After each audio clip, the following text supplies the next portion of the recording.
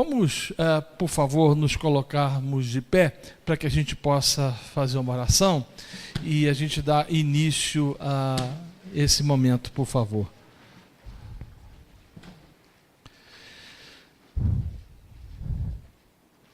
Queria que você abrisse sua Bíblia, antes de orar, em 1 Crônicas, capítulo 12, verso 32. 1 Crônicas, capítulo 12, verso 32. É um verso só, e eu queria que a gente lesse esse verso, depois a gente vai orar. E logo após trataremos do assunto em questão.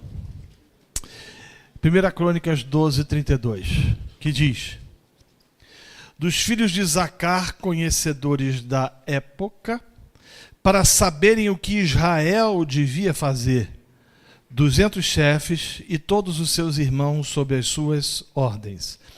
A parte A do verso que diz: conhecedores da época, para saberem o que Israel devia fazer. Vamos orar.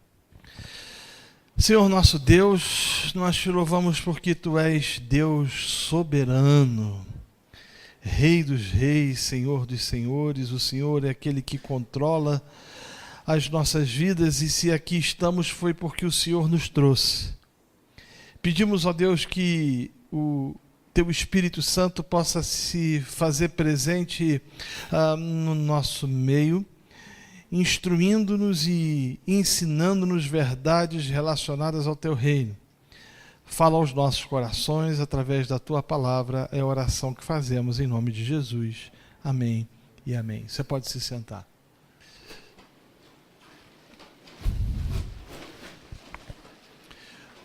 Como eu falei, nessa primeira mensagem, ou primeira palestra, eu vou querer definir ou trazer alguns conceitos que julgo que sejam importantes com que entendamos e compreendamos.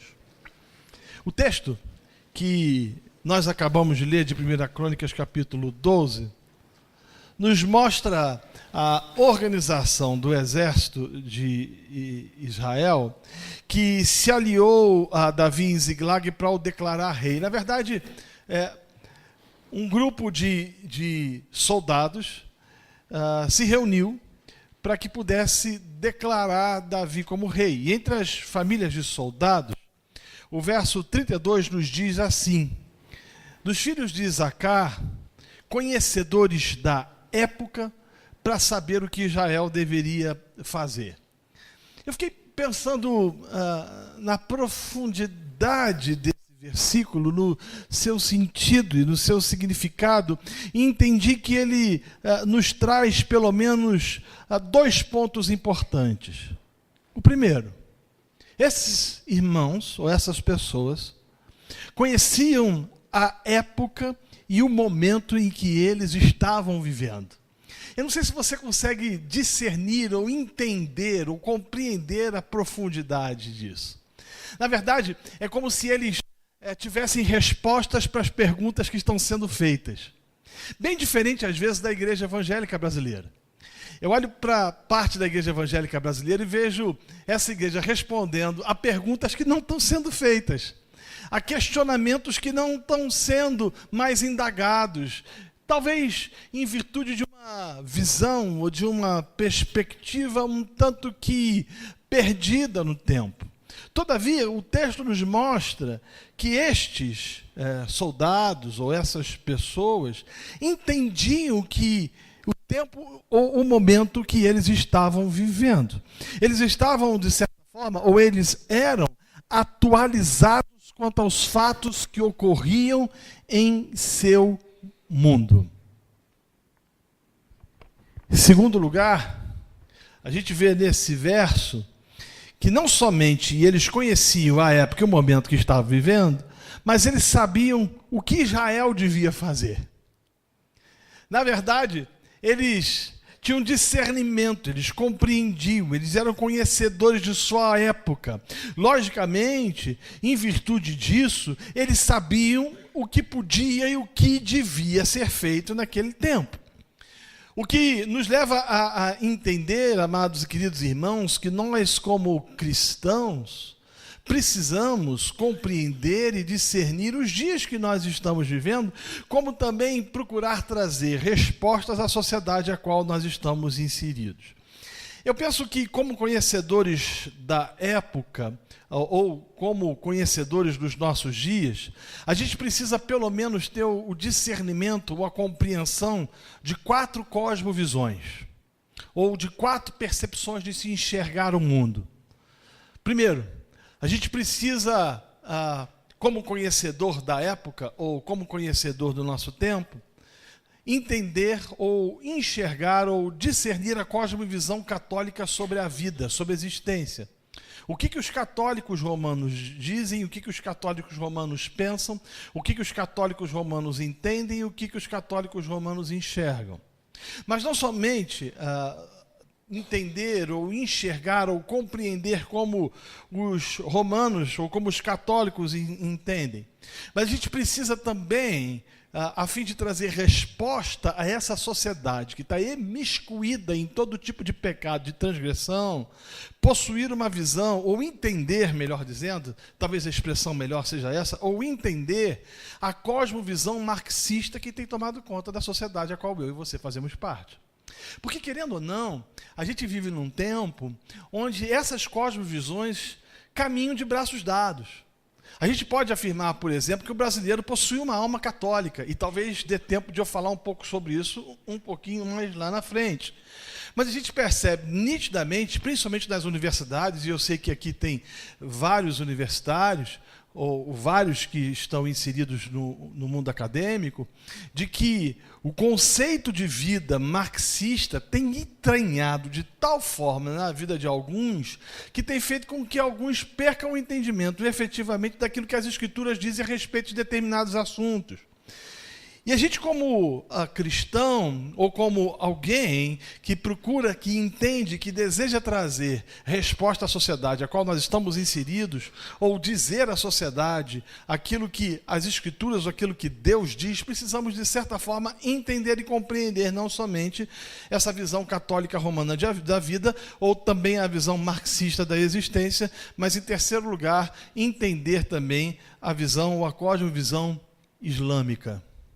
É interessante como o islamismo ele tem crescido significativamente no mundo. Eu acabei de chegar dos Estados Unidos e você percebe em quase todo lugar da América pessoas abraçando a fé islâmica. Quando você vai para a Europa, por exemplo, é impressionante a quantidade de mesquitas ou de igrejas que deixaram de ser igrejas e passaram a ser mesquitas. E a influência dos conceitos, das ideias, dos pressupostos e até mesmo da teologia islâmica mudando a forma da sociedade de enxergar. Então a gente vê que a sociedade que a gente está inserido é uma sociedade que ela está absorta numa miscelânea de conceitos, principalmente a nossa, porque se por um lado a gente tem influência do catolicismo romano, por outro a gente tem influência do marxismo, e a gente começa agora a ter influência também do islamismo. E isso tem feito com que alguns conceitos que nos são caros sejam relativizados nos dias de hoje. E por fim, a gente precisa ter, obviamente, é claro, um entendimento da cosmovisão protestante. O que é que o protestantismo tem a dizer a respeito de assuntos que nos são caros? O que o protestantismo tem a dizer a respeito de Deus? O que é que o protestantismo tem a dizer a respeito da relação social entre homem e mulher? O que o protestantismo tem a dizer sobre casamento? O que o protestantismo tem a dizer sobre educação? O que o protestantismo tem a dizer sobre relacionamento marido e mulher, sobre pais e filhos? É tentar, de alguma forma, contrapor os conceitos dessa sociedade a qual estão envolvidos por ideias e por percepções absolutamente equivocadas, trazendo sobre estes as verdades relacionadas nas Escrituras.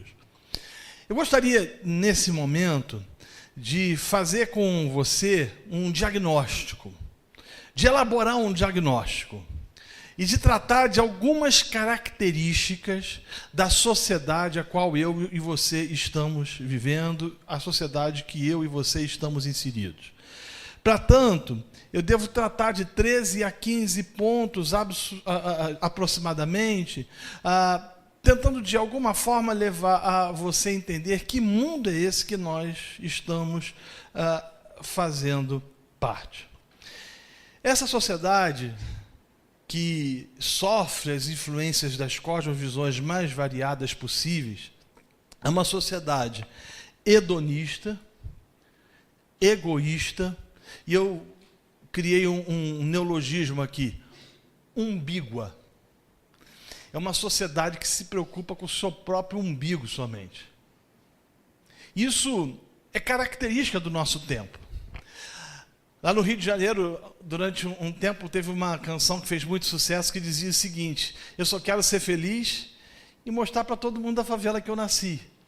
Na verdade, um dos conceitos, ou uma das ideias, ou um dos pressupostos, ou uma das percepções que o indivíduo tem nesse mundo a qual ele está inserido, a qual ele é bombardeado por conceitos dessas 3 cosmovisões, por exemplo, tanto a católica romana quanto a marxista, efetivamente, e a islâmica, e eu estou tratando dentro de uma perspectiva do Ocidente, a gente vai encontrar pessoas absortas dentro desse conceito de que elas nasceram efetivamente para serem felizes, e para isso elas estão dispostas a fazer qualquer negócio. E é impressionante como é que isso reverbera até mesmo na teologia ou na igreja a qual nós servimos a Deus através dos nossos cultos e das nossas liturgias, porque a gente acaba achando que o culto não é para a glória de Deus, mas que o culto, de certa forma, existe efetivamente para fazer com que a gente seja feliz. Essa sociedade que a gente faz parte, ou essa sociedade que a gente está inserido, é uma sociedade adoecida, em estado de metástase em suas estruturas públicas e privadas. Então a gente percebe isso nitidamente. Quando a gente olha, por exemplo, para o nosso país, para o escândalo da Lava Jato, para a quantidade de bilhões de dólares que foram roubados e desviados por parte dos nossos gentis e amáveis políticos, a gente é tomado pela certeza e pela convicção de que a gente vive numa sociedade que está absorta em pecado, e não somente isso, mas uma sociedade que está debaixo de metástase, ela está em estado de decomposição. Isso não é somente nas estruturas públicas, mas também nas estruturas privadas. A corrupção ela é endêmica. Aconteceu um caso que, assim, muito interessante de um professor, ele professor universitário no Rio de Janeiro, e ele tinha sido convidado para, numa noite de sexta-feira, para participar de um churrasco. Sabe aqueles churrascos imperdíveis que você não perde de jeito nenhum, porque você vai encontrar gente amiga, fartura de todos os aspectos e todos os sentidos e tal. Só que naquele dia ele dava aula. E ele falou o seguinte, pensou consigo mesmo, crente ou desgraçado, infeliz, ele pensou assim: eu preciso arrumar um jeito, né, de ir para esse churrasco.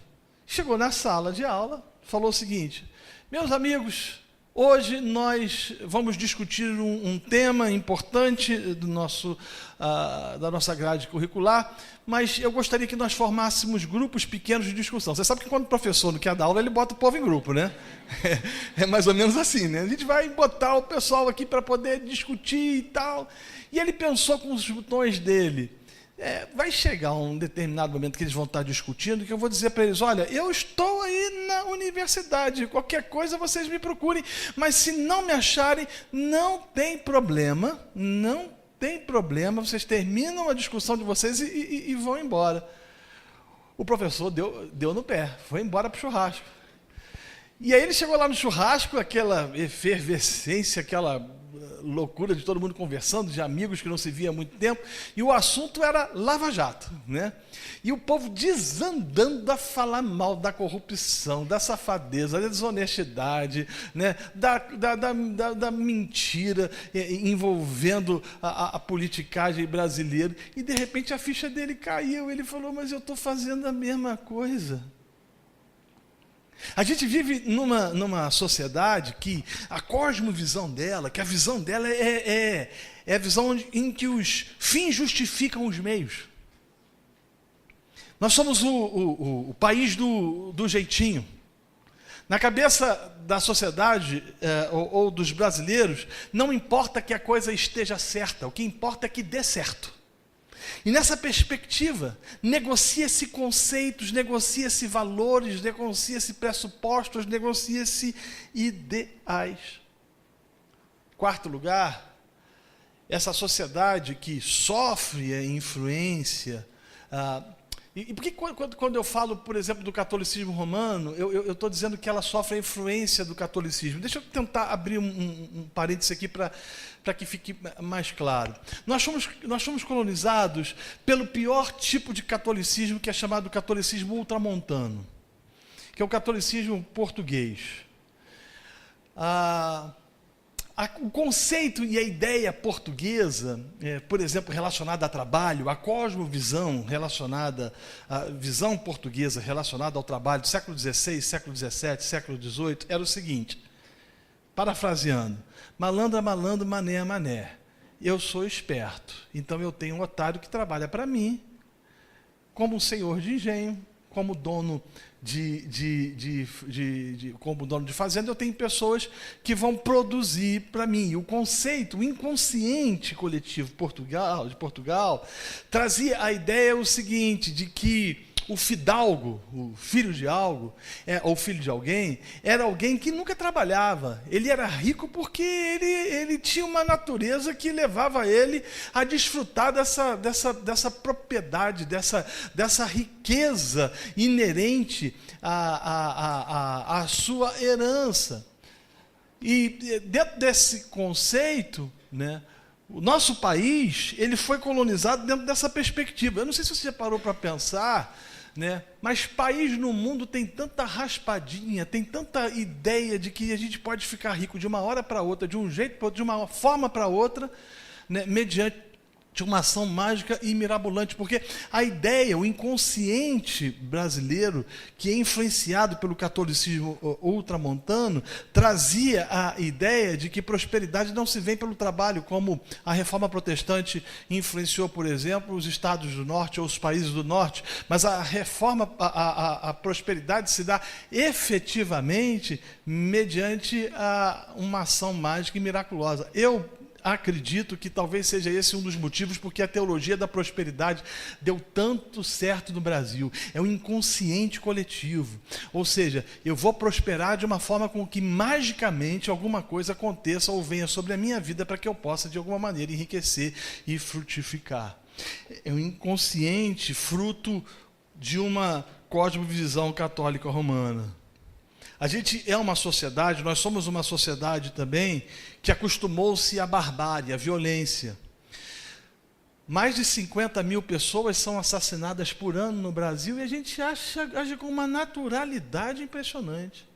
Um dia desses eu saí de casa, eu moro perto da praia, e aí eu saí com um carro e eu vi que na areia tinha um corpo de uma pessoa morta. Quando eu voltei à noite para casa, eu percebi que o corpo continuava lá. E a diferença é que o pessoal estava jogando bola em volta do corpo, com uma naturalidade impressionante. É uma sociedade, a sociedade que a gente vive, que relativizou o absoluto. E esse é um dos grandes problemas que a gente experimenta.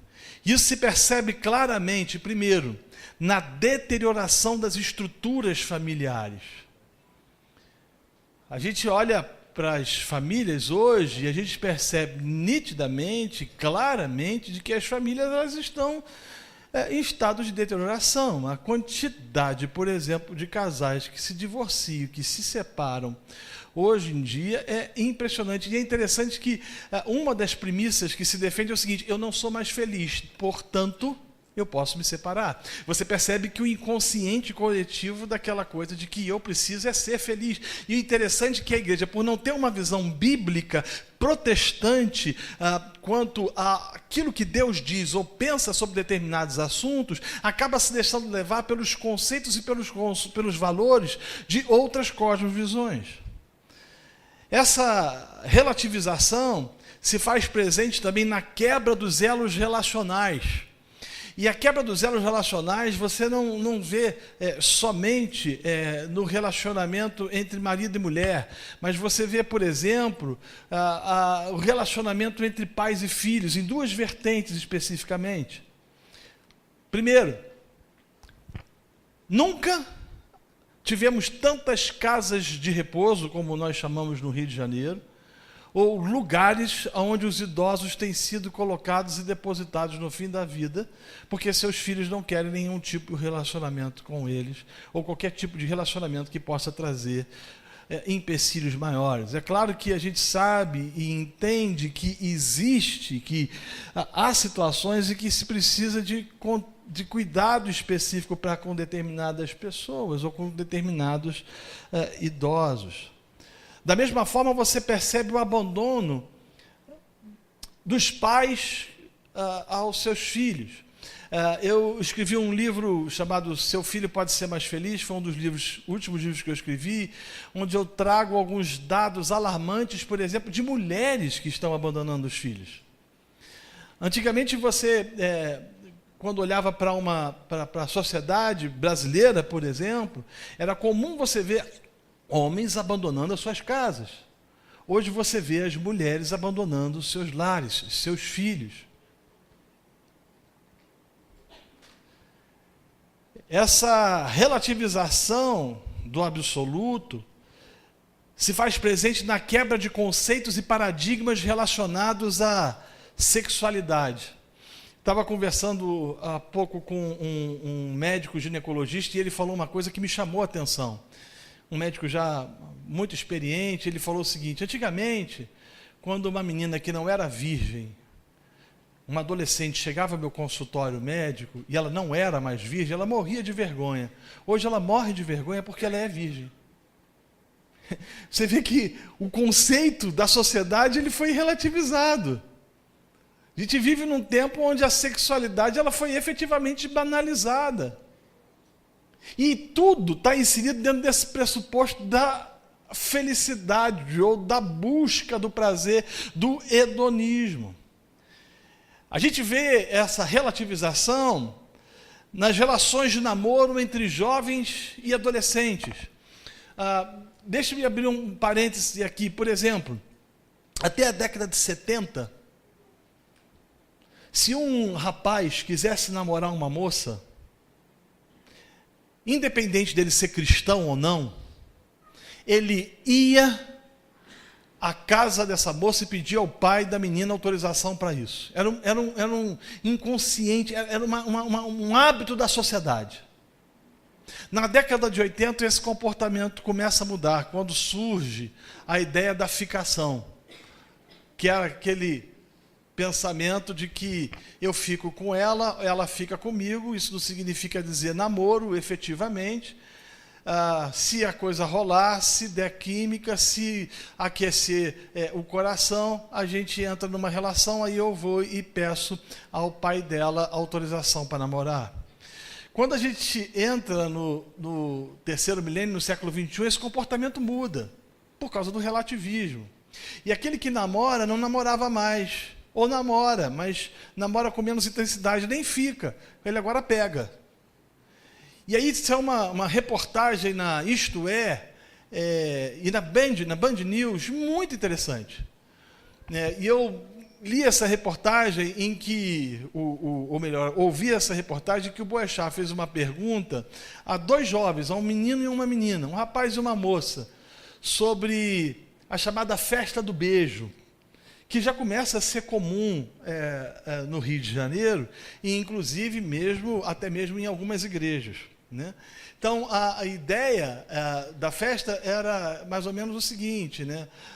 Você tem muita música eletrônica, você tem muita dança, muita bebida, no caso desse grupo específico que foi entrevistado, e ao final eles contabilizam quem pegou mais. E aí o Boechat fez uma pergunta para um rapaz: quantas pessoas você beijou nessa noite? Ele disse, mais de 70. E perguntaram à menina, quantas você beijou? Ela, mais de 50.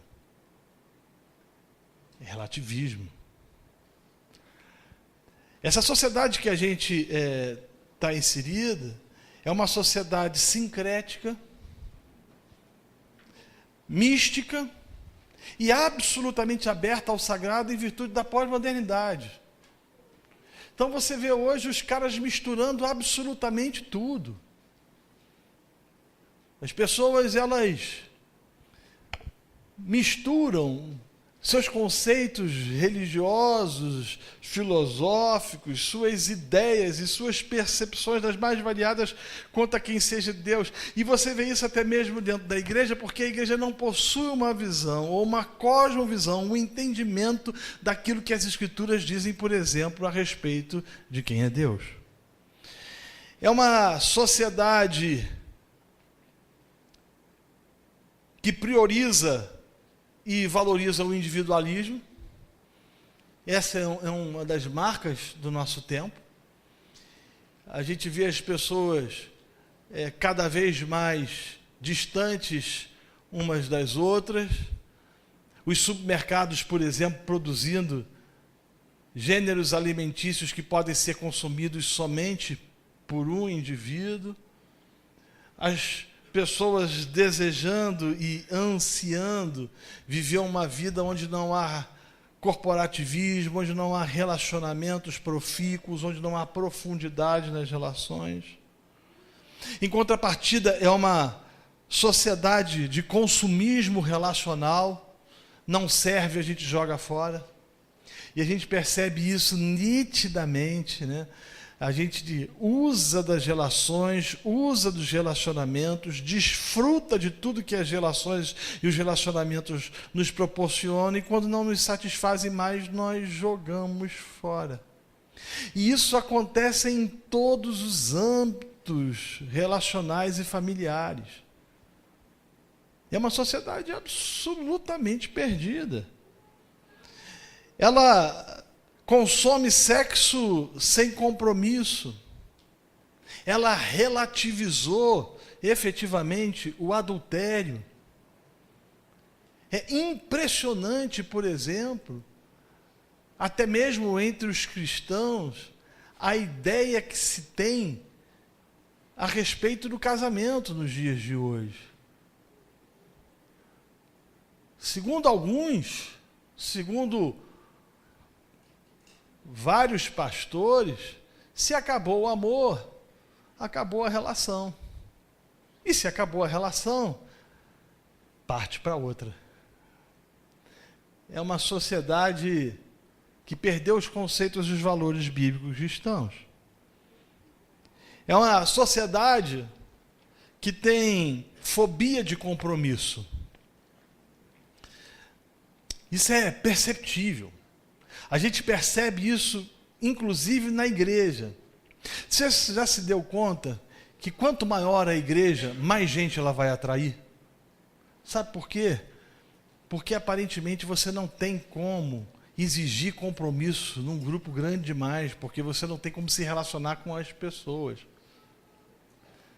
Não há espaço para cobranças, para pactuação, para relacionamentos profundos de intimidade. É fruto de uma sociedade que relativizou o compromisso. E por fim, essa sociedade que a gente vive e está inserido é uma sociedade cética, por incrível que pareça. Se por um lado ela é aberta para o sagrado, por outro ela é cética e pragmática. O pragmatismo é uma praga. Não importa que esteja certo. O que importa é que dê certo. E aí a gente olha para esse mundo. Que mundo é esse? A gente olha para as pessoas e se indaga. Que perguntas elas estão fazendo? Quais são as suas dúvidas? Quais são os seus questionamentos? Como me relacionar com a cultura do tempo a qual eu faço parte, sem permitir com que os valores do secularismo adentrem a minha vida? De que maneira ser sal da terra e luz do mundo, nessa sociedade absorta em todo tipo de pecado e que está sofrendo as influências das mais variadas cosmovisões. Aliás, deixa eu trazer o significado dessa expressão cosmovisão. A expressão cosmovisão aponta para o modo pelo qual uma pessoa vê ou interpreta uma realidade.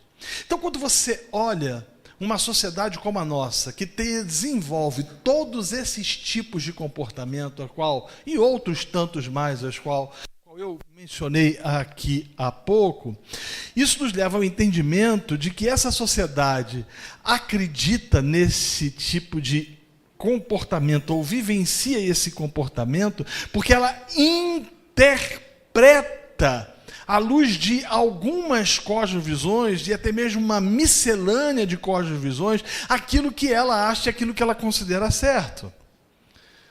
Essa palavra cosmovisão é uma expressão alemã que trata de visão de vida, de paradigma. Então, quando a gente fala que a sociedade é hedonista, a gente está dizendo que a sociedade ela tem como cosmovisão o egoísmo, a umbiguade, mais uma vez o neologismo.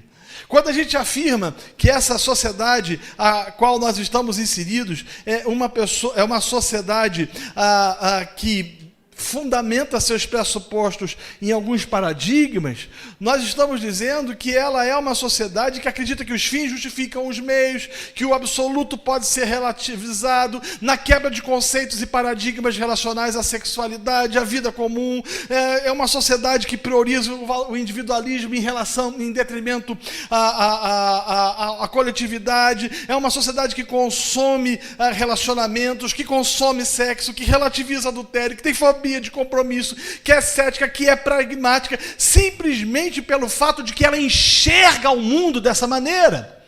E o problema é que a igreja acaba achando tudo normal. Ela permite, ela se deixa, ela é o cumprimento daquilo que Paulo diz: não vos conformeis com este século. Quando Paulo usa dessa expressão século aion, ele não está dizendo o seguinte: olha, vocês não devem cortar o cabelo como os coríntios, ou os romanos, ou os efésios, ou os colossenses cortam. Ele não está tratando de estereótipos relacionados à maquiagem, de deixar de usar ou colocar ou não, como alguns dos nossos irmãos pentecostais pensam, mas ele está tratando de conceitos relacionados a uma cosmovisão. Há uma sociedade que se envolveu ou que está absorta em conceitos e valores absolutamente diferentes dos conceitos e os valores do reino. E Paulo está querendo dizer o seguinte para eles: vocês não podem se deixar levar por esses conceitos. Vocês não podem se deixar levar por essas percepções. Até porque uma cosmovisão influencia muito a maneira, por exemplo, em que a pessoa vai ver Deus. A maneira que a pessoa vai enxergar a origem do mal. A maneira que a pessoa, por exemplo, vai enxergar a natureza humana. Olha que coisa interessante. Hoje eu tenho visto alguns pastores dizendo o seguinte: o homem é bom. Outro dia eu ouvi um pastor dizendo isso. Não, o homem é bom. O homem é fruto do meio.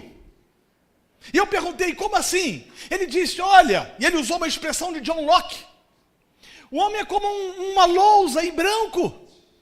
Ele nasce e ele sofre as influências da desigualdade social.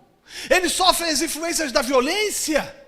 Ele sofre as influências de um mundo perverso, porque se ele não sofresse, ele não seria perverso, ele não seria mau. É um conceito, é uma percepção e é uma visão islâmica. Você sabia, por exemplo, que o islamismo, a visão islâmica em relação ao pecado, é a visão de que o homem nasce bom? E a gente vai pagodizando a vida, como diz Zeca Pagodinho: deixa a vida me levar, a vida leva eu. A gente vai permitindo com que os conceitos e os valores desse mundo tome conta da vida da gente pelo fato de que a gente não conhece aquilo que Deus diz, ou aquilo que a Bíblia diz, aquilo que as Escrituras dizem. E quando a gente não consegue fazer isso, a gente não consegue trazer resposta à sociedade a qual nós fazemos parte. E aí nós nos frustramos. A cosmovisão, ela vai influenciar a maneira que a pessoa vai enxergar o mal, o diabo, a natureza humana, os valores e os conceitos relacionados à família, as relações heterossexuais e, como alguns chamam, homoafetivas.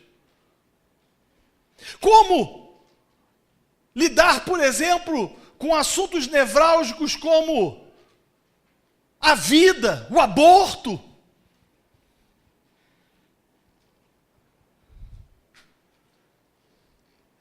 Olha o que Francis Schaeffer disse. Ele disse que a cosmovisão é o filtro através do qual uma pessoa enxerga o mundo. Eu vou repetir isso. É o filtro através do qual uma pessoa enxerga o mundo. E eu quero te fazer uma pergunta. De que maneira você enxerga o mundo? Qual cosmovisão tem influenciado mais você? Será que você começa a ser... Ou será que você tem sido influenciado pelo marxismo cultural? E essa é uma das características predominantes do nosso tempo. Do feminismo. O feminismo é uma praga. Eu escrevi agora há pouco tempo, combatendo esse tipo de percepção, esse tipo de comportamento. O feminismo tenta fazer da mulher um homem, e tenta fazer do homem um ser subserviente à mulher. Tenta construir e conjecturar ideias de que a sociedade ocidental, e principalmente a cristã, é uma sociedade opressora. Não é isso que as Escrituras nos mostram. E quando a gente conhece as Escrituras, aquilo que Deus diz, a visão segundo a palavra do Senhor, quando nós enxergamos, nós entendemos que homem e mulher são iguais diante de Deus, e que o homem não é melhor do que a mulher, e que a mulher não é melhor do que o homem, só que ambos se complementam porque têm papéis diferentes.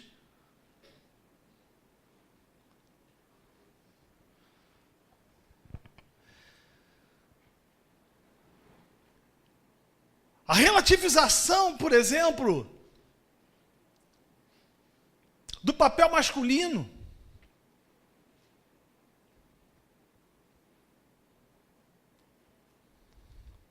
Homens deixaram de ser protetores. Eu li um depoimento de um pastor dizendo que quando criança o pai dele ensinava a ele o seguinte: quando você andar a calçada com sua irmã, com sua mãe, com sua esposa, vá você na borda da rua, porque se alguém tiver que sofrer alguma coisa, você sofrerá. A gente hoje vive uma sociedade influenciada pelo relativismo de muitos machões, mas de poucos machos. Por quê? Abandonamos as Escrituras.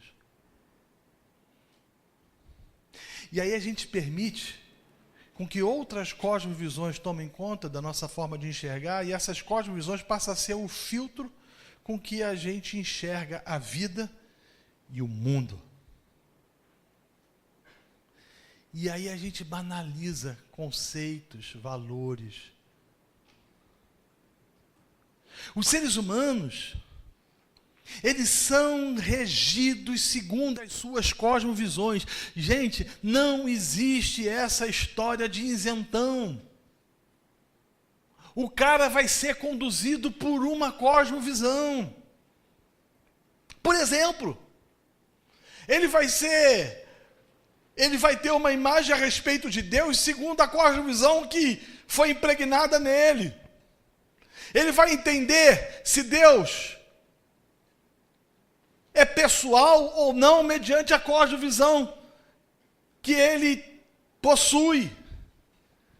Você vai encontrar visões teístas, deístas, você vai encontrar ateístas, panteístas, você vai encontrar gente das mais variadas cosmovisões possíveis, pelo fato de que essas visões é que estão dirigindo e dirimindo as suas vidas.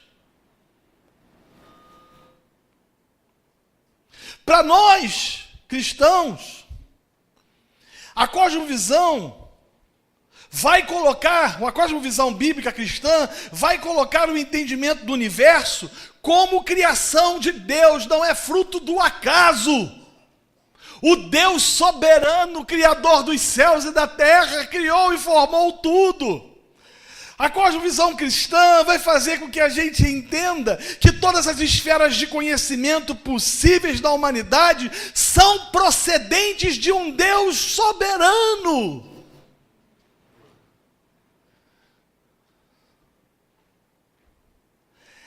Agora, o que mais me encanta no aspecto da fé reformada, e puxando um pouco a brasa para essa linha de pensamento teológico, ela é a única fé, ou matiz, vamos usar esse termo, evangélica, que enfatizou a importância, a relevância e a necessidade de uma cosmovisão cristã. As pessoas ignoram o conceito de calvinismo. Tem gente que acha que calvinismo está relacionado somente à doutrina da eleição e da predestinação, por exemplo. Mas é muito mais amplo do que isso. A cosmovisão cristã nos leva a entender o governo, à luz das Escrituras, economia, áreas de conhecimento e atividades humanas compreendidas e exercitadas, que não podem, em hipótese alguma, ser divorciadas das Escrituras. A cosmovisão cristã, melhor dizendo, oferece à humanidade as respostas mais contundentes para as quais as suas maiores indagações: quem somos?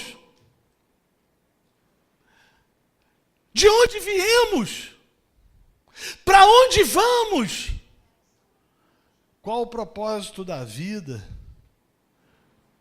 Por que o mal existe?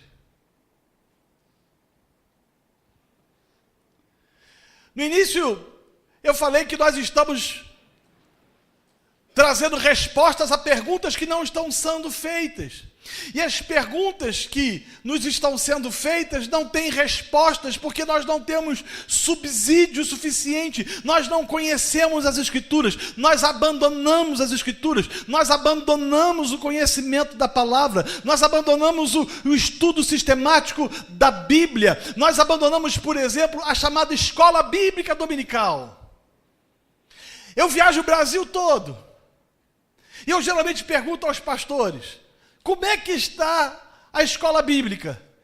E ele geralmente responde dizendo o seguinte: pastor, é uma dificuldade.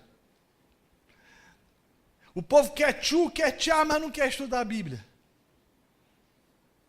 O povo abandonou o estudo sistemático das Escrituras, porque ele não se enquadra no campo do pragmatismo, que é uma das marcas da sociedade a qual nós estamos inseridos. O povo quer que as respostas lhe sejam dadas rapidamente. É a chamada geração fast food. A gente quer que as coisas aconteçam no tempo da gente, na hora da gente, da forma da gente, do jeito da gente. E aí se desconstrói alguns conceitos.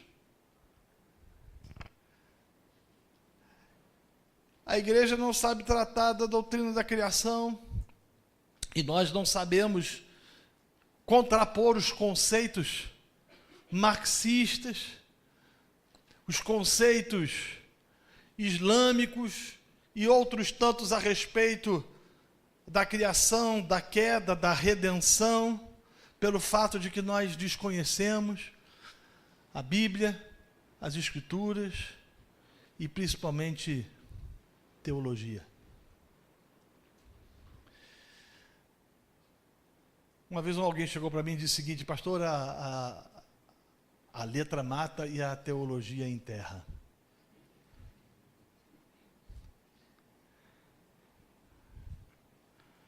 Queridos,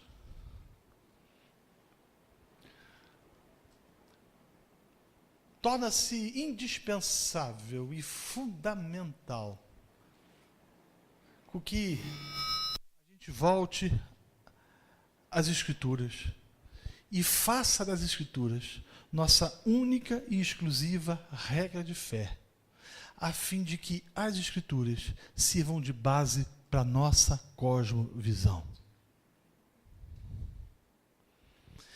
Nós não temos que ser conduzidos pelo marxismo cultural. Nós não temos que ser conduzidos pela ideia da luta de classes. Nós não temos que ser conduzidos pelo conceito equivocado de quem seja Deus, pregado, difundido pelo Islã ou até mesmo pelo catolicismo romano. Nós temos que ser conduzidos pelas Escrituras, porque ela é a base de uma cosmovisão bíblica e saudável. E mais, é ela que nos ajudará a trazer respostas a essa sociedade que a gente está inserido. É ela.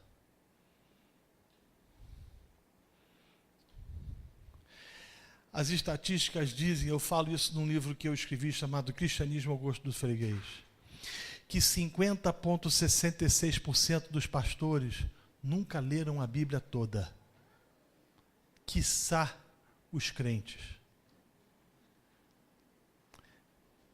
Se eu perguntar a você aqui, e você não precisa se manifestar, quantos leram a Bíblia toda pelo menos uma vez, talvez nós nos surpreendamos em descobrir que boa parte dos irmãos que aqui estão nunca leram as Escrituras.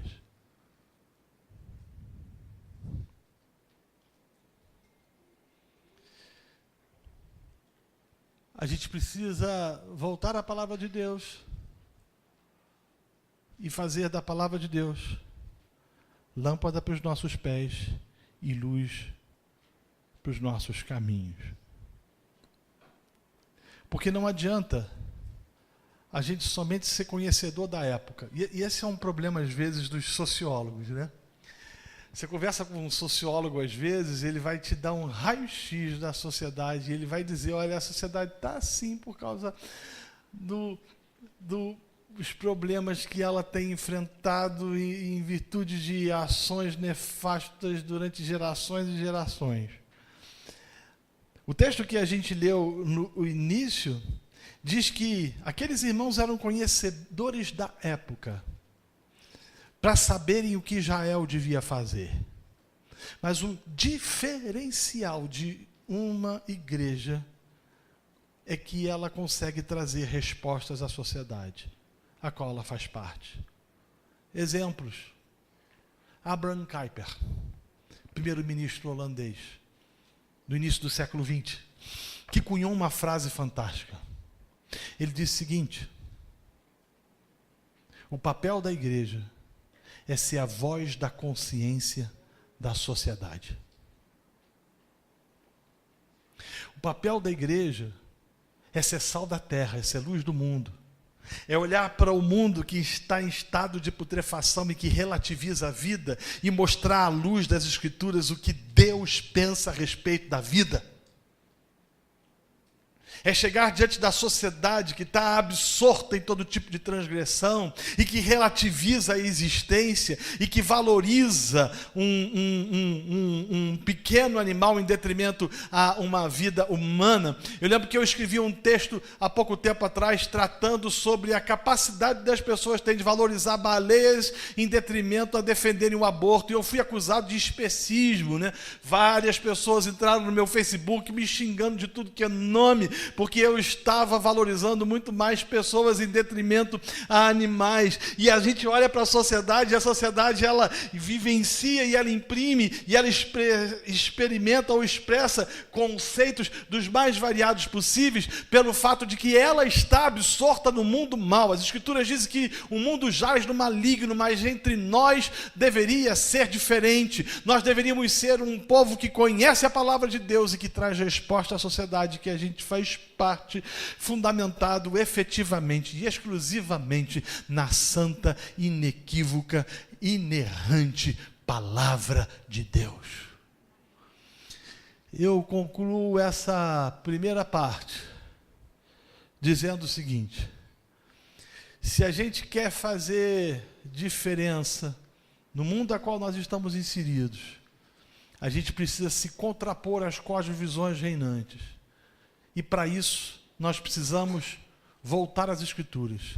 Porque quando a gente voltar às Escrituras, a Bíblia passará a ser nossa referência, ela passará a ser nosso manual de doutrina, de comportamento, prática e fé, e ela será a forma, ou o modelo, ou o modo que nós mostraremos para a sociedade aquilo que Deus diz, pensa, acredita e defende. Vamos ficar de pé para a gente orar.